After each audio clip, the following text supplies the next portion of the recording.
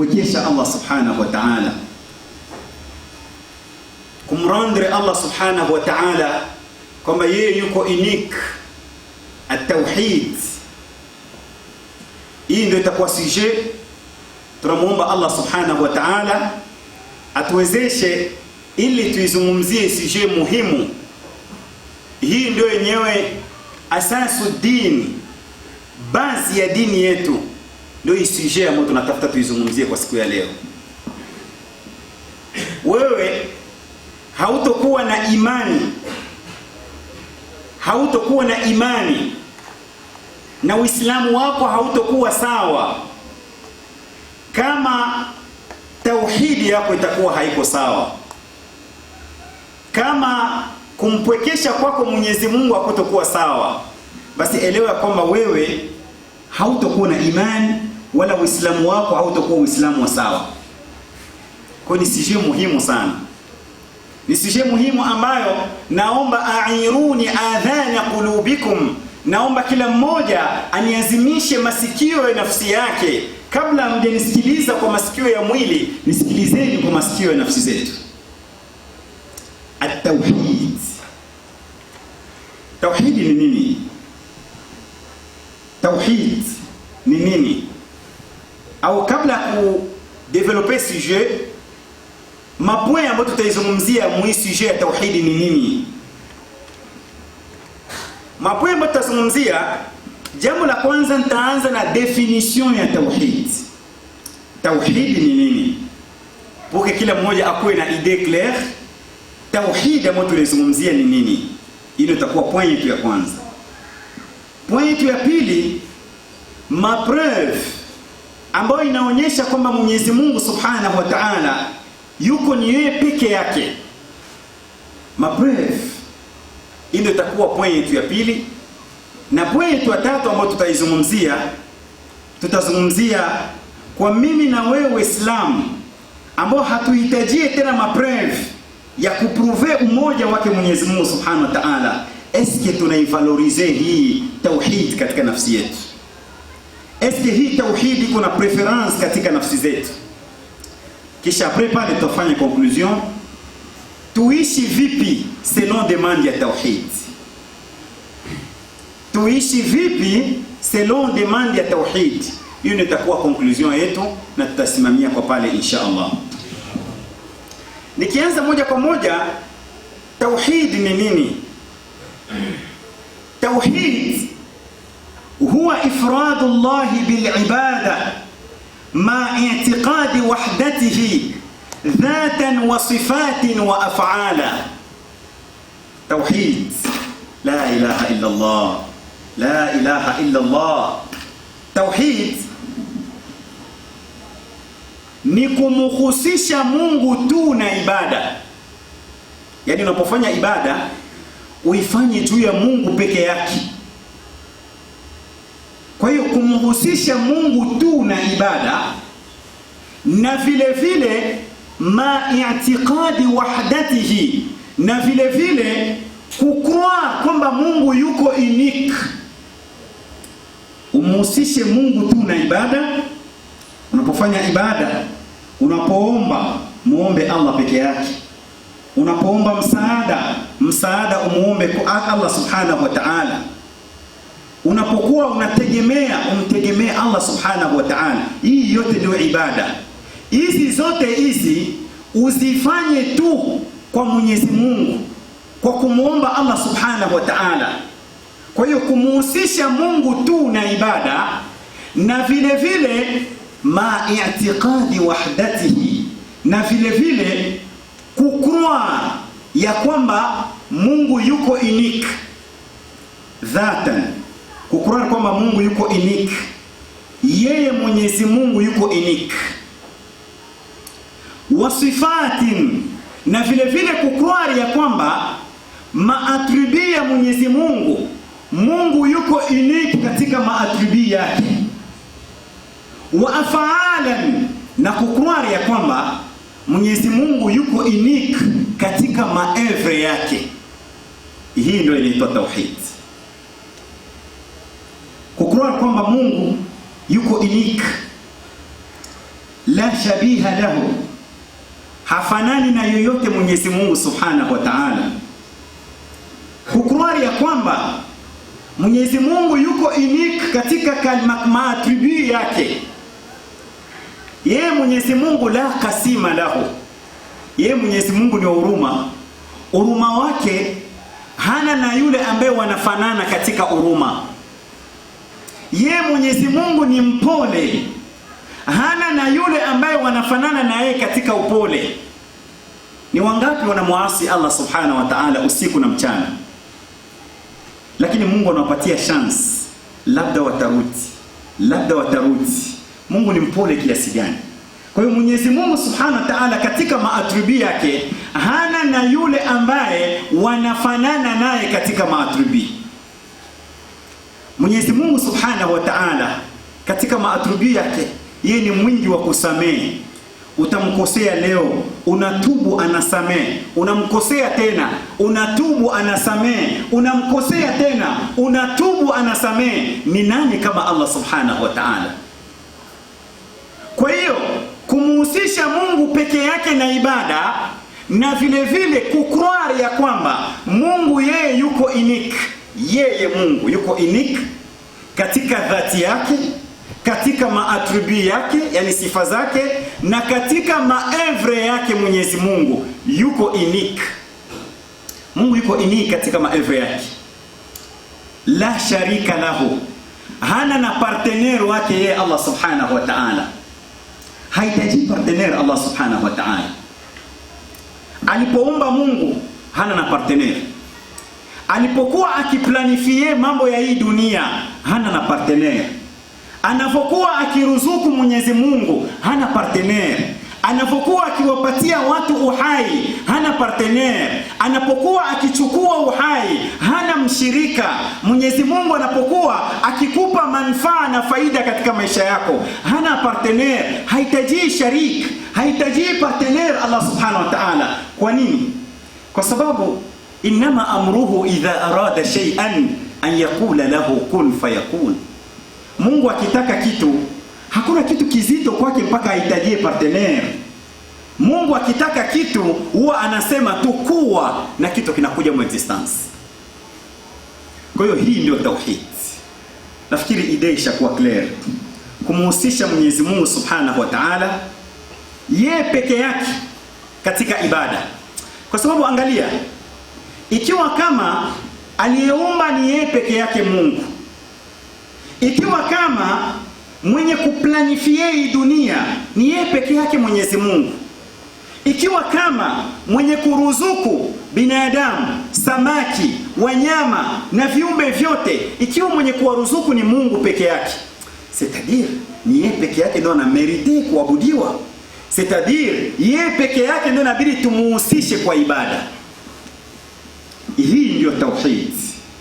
Ifradullah ni kumuhusisha Allah Subhanahu wa Ta'ala bil ibada, kumhusisha Mungu peke yake kwa ibada, ma i'tiqadi wahdatihi, na kukubali ya kwamba Mungu yeye yuko unique. Sawa? Wahidun fi dhati, yuko peke yake katika dhati yake. La shabiha lahu, hafanani na yoyote. Yuko peke yake Mwenyezi Mungu katika maattribute yake. La kasima lahu, hakuna yule ambaye wanajigawanya zile sifa. Yeye na Mungu wanajigawanya, hayupo.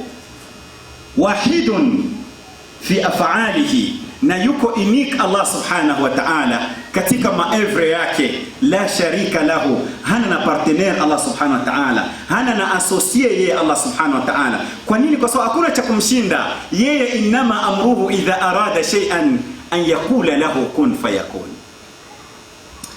Hii ndio ilikuwa tauhid mu definition. Na ndio maana kwenye Qur'an kuna sura mzima, sura moja katika Qur'an ambayo inakusanya hii sense au hii maana yote ambayo natoka kuisema. Sura moja katika Qur'an. Kuna sura kwenye Qur'an ambayo inaitwa Suratul Ikhlas. Ni sura ambayo watu wengi wanakuwa kipenda. Ni sura ambayo kila mmoja huwa anaipenda kuisoma katika sala. Qul huwallahu ahad, Allahu samad, lam yalid wa lam yulad wa lam yakul lahu kufuwan ahad. Hii sura inakusanya maana yote ambayo nimekuwa nikisema katika definition. Yani c'est-à-dire ukitafuta kumjua Mungu, soma suratul Ikhlas. Suratul Ikhlas inamdefinir Mungu ni nani. Suratul Ikhlas, qul huwa Allahu ahad. Sema Nabii Muhammad sallallahu alaihi wasallam, sema ya kwamba Mwenyezi Mungu yuko ahad, yeye yuko unique. Allah subhanahu wa ta'ala yuko peke yake.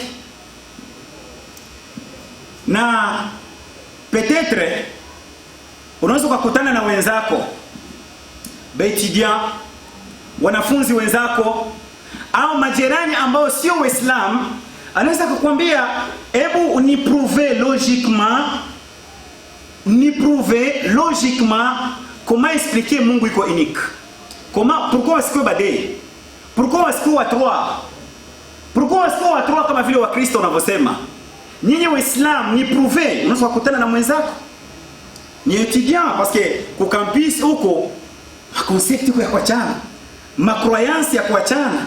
Kwa hiyo wewe Muislamu lazima ujue na ukuwe na mapreuve ya kutetea na ukuwe na argument ya kuonyesha kama Mungu yuko unique. Qul huwallahu ahad. Mapreuve iko ni nyingi, lakini nitajaribu kugusa kidogo tukishanipiti. Kwa kuwa mimi na wewe Uislamu hatuhitajie mapreuve, kwa sababu tushaamini kwamba Mwenyezi Mungu yuko unique, wala haina nafasi ya deba katika nafsi yetu, kwa sababu tushakubali kwamba Mwenyezi Mungu yuko unique. Lakini nitazungumzia tu quelques arguments kidogo tu ambayo itakusaidia unapokuwa na wenzako, utadeveloper mfason yako, lakini comme principe ya argument ambayo itakusaidia ukiwa na wenzako kuprovea kwamba Mwenyezi Mungu Subhanahu wa Ta'ala yuko unique. Qul huwallahu ahad. Dalili ya kuonyesha kwamba Mwenyezi Mungu Subhanahu wa Ta'ala yuko unique, angalia façon ya uumbaji wa Mwenyezi Mungu. Ukiangalia vile Mungu alivyoumba, utajua kwamba Mwenyezi Mungu yuko unique. Parce que façon yake ya uumbaji ni moja. Anavyoumba wanyama, binadamu, mpaka na mimea, ukiangalia façon vile Mwenyezi Mungu yuko na viumba, unakuta ni façon moja. Pourquoi ni façon moja? Parce que yeye Mungu ni mmoja. Angalia binadamu, pour que hii system mzima ya kuendelea kujireproduire huwa inafanyika je?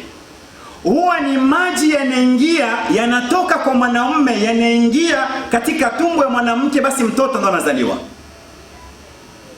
Hii kwa binadamu. Angalia kwa wanyama ndio vile vile. Pour que mnyama azae ni même system. Yani ifo mnyama wa kike na wa kiume walipoingia mkontact ndio mtoto anazaliwa. System moja kwa binadamu, kwa wanyama, kwa ndege. Ukiangalia mpaka mimea ili iweze kuota, ni maji yashuke juu ya mbingu yaingie katika ardhi, basi mimea inafanya. Mimea inatoka. System moja. Kwa nini façon ya uumbaji ni moja? Kwa sababu yeye ni mmoja. Kwa nini façon ni moja? Maji yaingie, mmea unatoka. Maji yaingie, mnyama anazaliwa. Maji yaingie, mtoto anazaliwa. Kwa nini system ni moja? Kwa sababu yeye muumbaji ni mmoja. Wangelikuwa wawili au watatu, kila mmoja angelikuwa na façon yake. Labda kama wangelikuwa wengi, moja ingelikuwa watu wanaingia mcontact na nyingine labda mwingine angekuwa na system yake, labda yani ukipiga chafya acha watoto wanatoka deja mkinywa, labda nyingine ingekuwa system ya mwingine. Lakini system iko ni moja. Kwa nini system ni moja? Kwa sababu qul huwallahu ahad. Kwa sababu yeye Allah Subhanahu wa Ta'ala yuko unique, Allah Subhanahu wa Ta'ala. Kwa hiyo proof au argument ya kuonyesha kwamba Mungu ni mmoja, angalia just façon yake ya uumbaji. Ukiangalia fason yake ya uumbaji utajua kwamba yeye ni mmoja. Argument nyingine, Mwenyezi Mungu yuko system ambao anaendesha nao ulimwengu, system ya kuumba, system ambao anaendesha nao ulimwengu, la yatabaddal wala yataghayyar, inakuwa haibadiliki. Yani maprincipe ambao Mungu yuko anaendesha nao ulimwengu sio ya kubadilika. Kwa nini hayabadiliki? Inabakia ni system zile kwa sababu yeye ni mmoja. Qul huwallahu ahad. Angalia, kuna system ambayo inaitwa at-tadarruj. Kila kitu Mungu ameweka system ya kitu kwenda kidogo kisha kinakuwa kikubwa kisha kinapotea. Angalia jua inapochomoza, kidogo inapaa juu, kidogo inazama kisha nafanya inapotea. Angalia mimea pia, unakuta mmea unakuwa, ulianza mdogo, unakuwa kisha unakauka, tunaufagia, historia yake inaisha. Angalia mpaka wewe binadamu pia. Mwenyezi Mungu Subhanahu wa Ta'ala anazungumzia, anasema kwamba huwa alladhi khalaqakum min dha'fin thumma ja'ala min ba'di dha'fin quwwa thumma ja'ala min ba'di quwwatin dha'fan wa shayba. Mwenyezi Mungu Subhanahu wa Ta'ala yeye ndio ametuumba. Angalia pia system yetu sisi ndio ile moja. Tunazaliwa tuko faible, madhaifu, hatuweze chochote kile. Kisha petit à petit tunakuwa vijana wenye nguvu, kisha tunazeeka. Baada ya kuzeeka maisha naisha, historia yako tunakupeleka kwenye makaburi, historia yako inaishia pale. Angalia system. Ndio ile moja. Pourquoi iko ni system moja, haina na ile kubadilika? Kwa nini? Kwa sababu qul huwallahu ahad. Kwa sababu yeye Allah Subhanahu wa Ta'ala yuko unique. Kwa sababu labda kama kungelikuwa kuna Mungu mwingine wako wawili, labda ingelikuwa unaanza huko mdogo kisha unakuwa mkubwa kisha unazeeka, baada ya kuzeeka unarudia tena bebe, unaanza tena. Eske ndio vinakuwa? Ni kwamba ukishazeeka historia inaisha, mwingine anakuja kidogo unazeeka, historia inaisha. Hakuna yule ambaye kwamba amekuwa mkubwa baada ya kuwa amezeeka sana anarudia tena bebe, tena anaanza tena maisha upya. Hiyo sio system ya Mungu, inakuwa sio kubadilika. Kwa nini haibadiliki? Kwa sababu yeye ni mmoja. Na ndio maana Namrud ibn Kanaan ambaye alijigamba na kusema kwamba yeye ni Mungu mbele ya Nabii Ibrahim, alipojiita kwamba yeye ni Mungu, Nabii Ibrahim, argument ambao Nabii Ibrahim alipuse kwa Namrud kumprove kwamba Namrud wewe sio Mungu, Nabii Ibrahim alimwambia kwamba Rabbi, Mwenyezi Mungu Mola wangu, yati bishamsi min al-mashriq, Mwenyezi Mungu huwa anaitoa jua kwenye east. Sasa ikiwa kama wewe ni Mungu, leta system tofauti na hii. Ikiwa kama wewe ni Mungu, leta system nyingine ambayo jua haitotoka huku, itoke kwenye west. Fabuhita alladhi kafar. Namrud akashindwa cha kufanya. Alivyoshindwa deja ikawa iko clear kwamba wewe sio Mungu, wewe ni binadamu. Kama wewe ni Mungu, leta system yako tofauti na hii system ya Mwenyezi Mungu. Kwa hiyo ndugu zangu, tusiingie sana katika kuleta argument, maelema iko mingi, na kila elema ambayo tunaiona ni proof tosha ya kuonyesha kwamba Mungu ni mmoja. Kila kitu tadullu ala annahu wahid. Kila kitu kiko naonyesha kwamba Mwenyezi Mungu Subhanahu wa Ta'ala yuko unique. System ziko nyingi. Kuna system nyingine inaitwa system ya at-takamul. Takamul ndio ile, yani system ya kujia complementarite. Yani wewe binadamu, wewe mtu mmoja, wewe sio mkamilifu mu aspect yote. Unahitajia autre akukomplete. Unaweza kuwa wewe ni tajiri, pesa unazo, majumba unazo, lakini haujui kushona nguo. Unahitajia autre ndo akukomplete kwenye ile upungufu wa moko nao. Ni system kama katika system ambayo Mwenyezi Mungu aliweka katika dunia. Hakuna binadamu ambaye yeye ni mkamilifu 100%. utajua iki lakini iki haujui. Na ndio maana kuna mtu mmoja alikuwa yeye ni mvuvi ndani ya maji. Basi akabeba wasomi fulani, wa intellectual fulani. Akawachukua, basi walivyokuwa kwa naye unaotambusha kwenye maji, wakaanza kumpozea makestion. Bana wewe hapa hivi, biology unajua? Sema biology ndio vitu gani msiaye kusikia hata vile vitu vya vile. Biology tu watu wote wanajua, wewe unajua? Sema mimi sijui. Wakamwambia geography nayo je ushasoma? Akasema sijui. Wakamuuliza je psychology nayo sijui. Wajamaa wakacheka wakasema kumbe ushapoteza mwatie mzima ya vi yako ndani ya maji. Biolojia hujui, geografia hujui, psikolojia hujui, na biote bile haujui. Sasa bimaana wewe mwatie mzima ya maisha yako ushaipitisha ndani ya maji. Basi kijana akaendelea tu kuwabeba. Mara bahari ikachafuka. Bahari ilipochafuka, huyu mvuvi naye akawauliza, in English they say to swim, ndio kuogelea. Ndio kijana naye akauliza, hivi na mimi mnajua ni simiology, mshasomea mambo ya simiology? Na mimi mshajifunza mambo ya kuogelea? Wakasema kwamba sisi simiology ndio sayansi gani ndio tunasikia mara kwanza. Kijana yule akamwambia, mimi mnasema ni mmepoteza mwatie mzima maisha yangu mu maji parce que sijui biologie, geography. Hivi nyinyi na mwe hamjui simiology, mimi nimepoteza mwatie ya maisha, lakini nyinyi mtapoteza maisha yenu yote mzima ndani ya maji. Jamaa akaruka akawaacha na wajamaa wakaangamia mbato.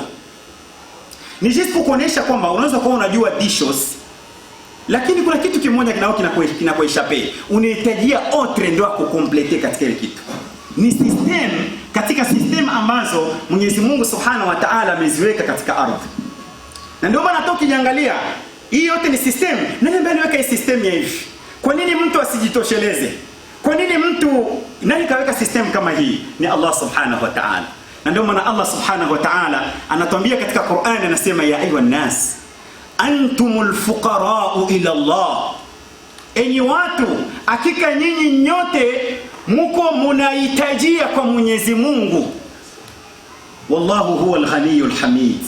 Na pekee ambaye hamuhitajie mtu ni nani? Allah Subhanahu wa Ta'ala. Tunahitajia kwa ni system mzima ambayo Mungu aliweka ya autre imcomplete autre. Na ndio maana hata ukiangalia sisi binadamu tuko na besoin na oxygen. Tunavuta oxygen. Tunatoa CO2. Tunavuta oxygen. Sasa tukishatoa tukishavuta oxygen inatoka wapi? Tunahitajia kwa kiumbe kingine puje kitukomplete sisi katika upungufu. Mimea, plant, yo inatoa oxygen, inapokea CO2, na sisi tunapokea oxygen, tunatoa CO2. Angalia kama tunajikomplete. Ni nani ndo kaumba hii system? Ni Allah Subhanahu wa Ta'ala. Hii yote iko na prove kwamba Mwenyezi Mungu Subhanahu wa Ta'ala huwa wahid. Mwenyezi Mungu yuko unique. Ya Allah Subhanahu wa Ta'ala, ya ayuhan nas antumul fuqara'u ila Allah. Enyi watu, hakika nyinyi nyote mko wafakiri. Fakiri maana yake ni yule mwenye kuhitajia. Nyote mnamhitajia Allah, lakini Allah Subhanahu wa Ta'ala yeye hamhitajii yoyote yule. Na ndio maana ukiangalia katika sura ambayo tunasoma, qul huwallahu ahad, aya inaendeleaje? Allahu samad. As-samad maana yake nini? Samad maana yake ni yule ambaye viumbe vyote vinamhitajia, lakini yeye hahitaji chochote. Ndio maana samad. Ni yule ambaye huwa sisi tunamkimbilia tukiwa tuna shida. Ukiwa na shida unakimbilia kwa nani? Kwa samad, Allah Subhanahu wa Ta'ala. Ukiwa ni mgonjwa unamkimbilia nani akuponyeshe? Unamkimbilia ni as-samad, Allah. Ukiwa uko na maproje ambayo imebloke inashindikana kuendelea, unamkimbilia ni nani? As-samad, Allah Subhanahu wa Ta'ala. Kwa hiyo as-samad maana yake ni yule ambaye huwa tunamkimbilia tunapokuwa na shida. Ni yule ambaye viumbe vyote vinamhitajia yeye, lakini yeye hahitaji yoyote yule. As-samad. Yuko unique Allah Subhanahu wa Ta'ala.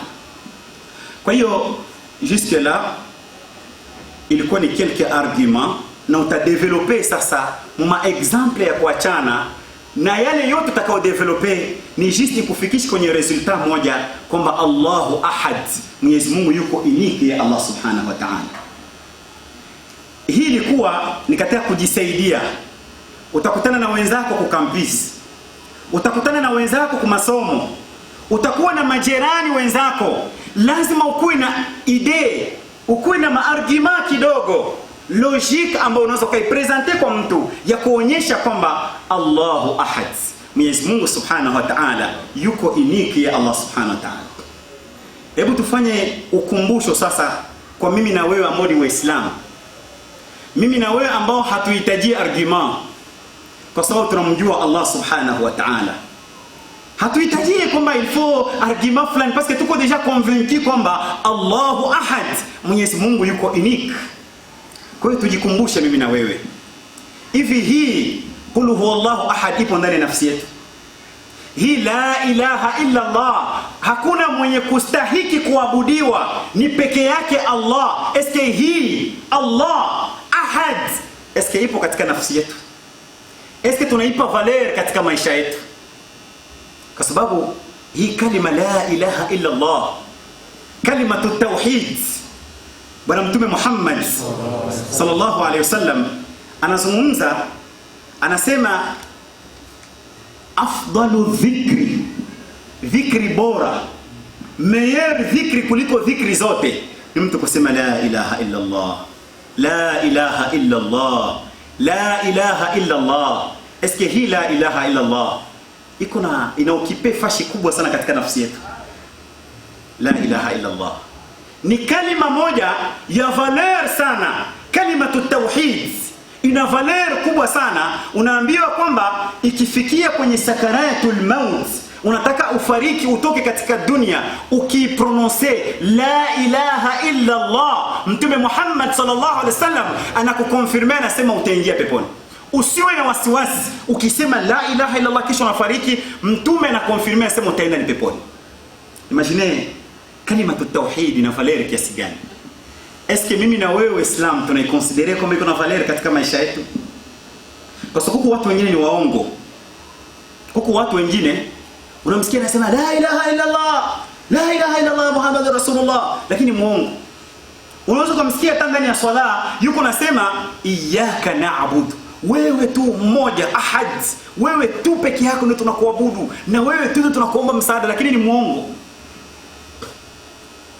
Anasema wewe Mungu peke yako, lakini en realite ndani ya nafsi yake Mungu hayumo. Kilichojaa katika nafsi yake hubu dunia, dunia ndio imejaa katika nafsi yake. Kilichojaa ndani ya nafsi yake ni nini? Hubul mal. Anasema la ilaha illa Allah Muhammadur Rasulullah, lakini kumbe kilichojaa ndani ya nafsi yake sio la ilaha illa Allah ambayo imejaa ndani ya nafsi yake. Kilichojaa ndani ya roho yake ni pesa, dola. Kuko wengine ni waongo, utamsikia anasema la ilaha illa Allah Muhammadur Rasulullah, lakini kumbe kilichojaa ndani ya nafsi yake penda sana wanawake.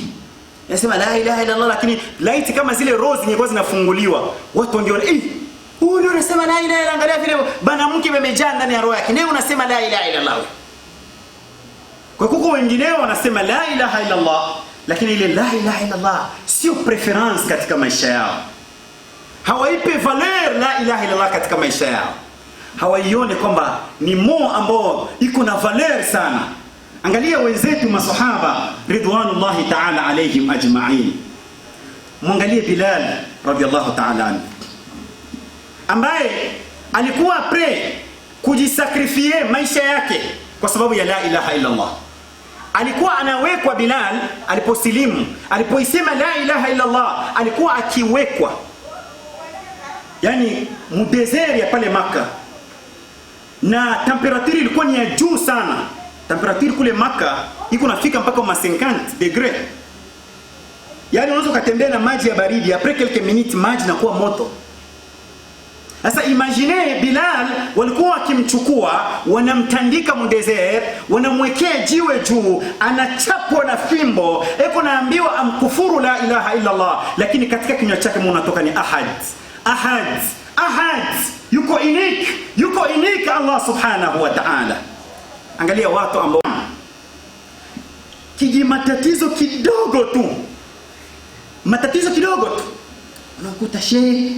Sasa hapa hivi tunakuja kuuliza, yani kwa pastere moja kuna miracle pale, eske naweza nikaenda kule bakaniombe tu? Aina kwamba mimi naamini kwenye Ukristo, bakaniombe tu. La ilaha illa Allah yako iko wapi? Valeria ahad, qul huwa Allahu ahad iko wapi? Nani ambaye ana uwezo wa kuleta manufaa na madhara zaidi yake Allah subhanahu wa ta'ala? Nani ambaye ana uwezo wa kumuondoshea mtu matatizo ambayo nayo zaidi yake Allah subhanahu wa ta'ala? Imani yako unaiweka wapi? Dairi kuko mpaka wengineo sirtu wanawake. Unamkuta hivi leo Ijumaa eko moske, dimanche kwa mkanisa. Unaona tuko naenda kule mpaka wengine wanakuwa wanazungumza maneno ya kejeli, unakuta nakwambia unajua mwe mashehe mnazidi mambo yenu. Tunaenda huku tunaenda kule, ikitokea siku ya kiyama ni bondo wewe morezo, basi tunaenda tunapita. Na ikitokea kwamba ni ibada wala ile wewe morezo tunapita. Biwana yani imani yako kingali mudud. La ilaha illa Allah. Eske la ilaha illa Allah inaokipe nafsi yako. Na ndio maana tukasema kuko watu ambao wanasema iyyaka na'budu wa iyyaka nasta'in, la ilaha illa Allah Muhammad, lakini ni waongo parce ma action yao haiprouve kwamba beko naishi na kuipatia preference la ilaha illa Allah katika maisha yao. Angalia kuna mwanamke ambaye, angalia imani watu walipoipatia valeur. Kuna mwanamke mmoja ambaye alikuwa kazi yake kutengeneza nywele watoto wa Firaun, lakini alikuwa shamwamini Nabii Musa Musekre alayhi salam. Kuna siku katika kuwatengeneza nywele, mara kichanua kikaanguka. So unajua imani utaificha jusqu'à quand? Sasa akaokota akasema kwa jina la Mwenyezi Mungu bismillah. Mtoto wa Firaun akasikia. Kwa jina la Mungu. Mtoto wa Firaun binti wake akamuuliza, yani ile Mungu unamtaja pale unakusudia baba? Papa? Unamkusudia papa? Firaun ndio unamkusudia kwa jina la Mungu? Yule mwanamke mashita akamwambia yule mtoto wa Firauni ya kwamba Rabbi wa rabbuki Allah, Mola wangu mimi na Mola wako wewe na Mola wa baba yako wewe ni Allah subhanahu wa ta'ala. Fiwa kiliposikia vile, mimi nakuchongea kwa papa unasema kwamba kuko Mungu mwingine, kwa sababu Firauni alikuwa akiwaambia watu kwamba ma alimtu lakum min ilahin ghairi, sijui kama kuna Mungu mwingine zaidi yangu mimi, sijui. Firaun alikuwa akiwaambia watu ya kwamba ana rabbukumul a'la, mimi ndio Mungu mkubwa zaidi. Sasa Fiwa aliposikia kwamba yani travail wao unazungumza kuna Mungu mwingine, akienda kumchongea kwa babake. Akamwambia papa, yani yule travail anatengeneza nywele anasema kuko Mungu mwingine zaidi yako. Firaun akauliza eske yule mashita eske yuko na watoto? Akasema ndio, ana watoto wa 4. Firaun akasema nileteeni watoto wake wote wa 4. Wakaletwa watoto 4. Firaun akaamrisha chungu kijazwe mafuta, kichemshwe mafuta kachemka. Kisha Firaun akamuuliza yule mwanamke, alaki rabban siwaya, hivi wewe una Mungu mwingine zaidi yangu mimi? Mwanamke akamjibu Firaun ya kwamba Rabbi wa rabbuka Allah, Mungu wangu mimi na Mungu wako wewe ni Allah subhanahu wa ta'ala. Firaun akachukua mtoto wake mmoja akamtupa ndani ya mafuta, mtoto akapiga kelele, baada ya muda sauti ikapotea ndani ya mafuta, akakaangika. Firaun akamuuliza tena kwa mara ya pili huyu mwanamke, alaki rabban siwaya, hivi wewe una Mungu mwingine zaidi yangu mimi? Mwanamke akamjibu Rabbi wa rabbuka Allah, Mungu wangu mimi na Mungu wako wewe ni Allah subhanahu wa ta'ala. Firaun akachukua wa pili akamtupa ndani ya mafuta akaua. Akachukua wa 3, akachukua wa 4, alikuwa bebe. Mwanamke akapata kidogo na wasiwasi, bebe wake anatafuta atupo ndani ya mafuta. Bebe akaongea, akamwambia ya umma isbiri innaki ala alhaq, subiri hakika wewe upo katika haki. Akachukuliwa mtoto wake na mama yake wote wakatupwa ndani ya mafuta, wakapiga kelele, wakakaangika. Mara baada ya muda sauti ikapotea ndani ya mafuta. Angalia Allah alipokuwa na valeur katika nafsi za watu.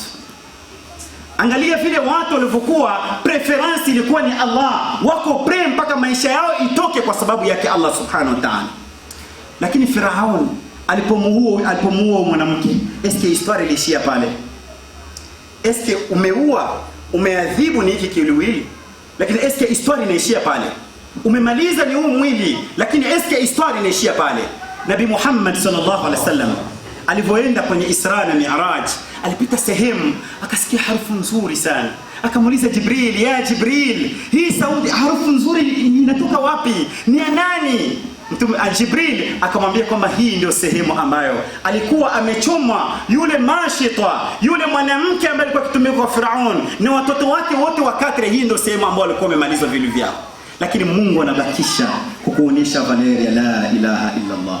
Harufu inaendelea kuwa nzuri kutuonyesha Valeria la ilaha illa Allah. Eske la ilaha illa Allah ina kipefashi kubwa katika nafsi zetu?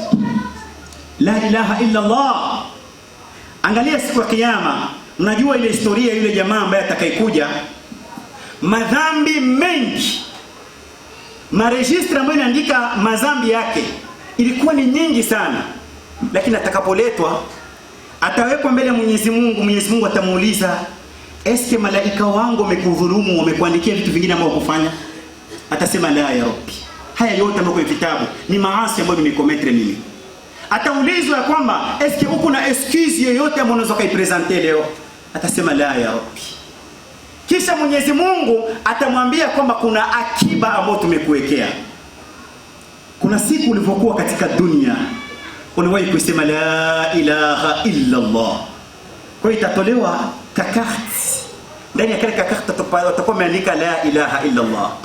Kisha atakangalia kakati katasaidia kitu gani? Angalia mavolume na mavolume ya mazambi, aka kakati katasaidia kitu gani? Lakini mavolume itakuwa kote moja ya mizani. Watakapochukua kale kakati ambapo ameandikwa la ilaha illa Allah, itakapogusa tu kwenye mizani, Bwana Mtume anatuambia fatwashat asijillat, katakuwa na poa ambao katapeperusha hivi vingine vyote vya mazambi, na mtu anaokoka anaenda peponi. Kisha Mtume Muhammad sallallahu alaihi wasallam anasema wala yathqulu ma ismillahi shay'un, hakuna kitu ambacho kinaweza kukaa mpoa na jina lake Allah subhanahu wa ta'ala. La ilaha illa Allah, la ilaha illa Allah. Yani jamaa lazima atakuwa amesema ni kwa ikhlas, kwa sababu mpaka hii imemsaidia siku ya kiyama. Lazima atakuwa amesema kwa ikhlas kabisa, imemtoka kabisa ndani ya roho, la ilaha illa Allah, qul huwallahu ahad. Kwa hiyo namalizia kusema kwamba paske na dakika sana tukimbia, tufanye conclusion. Conclusion ni kwamba kama tuishi selon demande ya la ilaha illa Allah. Une minute tu inshallah tumalize. Kama tuishi selon demande ya la ilaha illa Allah, tuishi kwa ikhlas.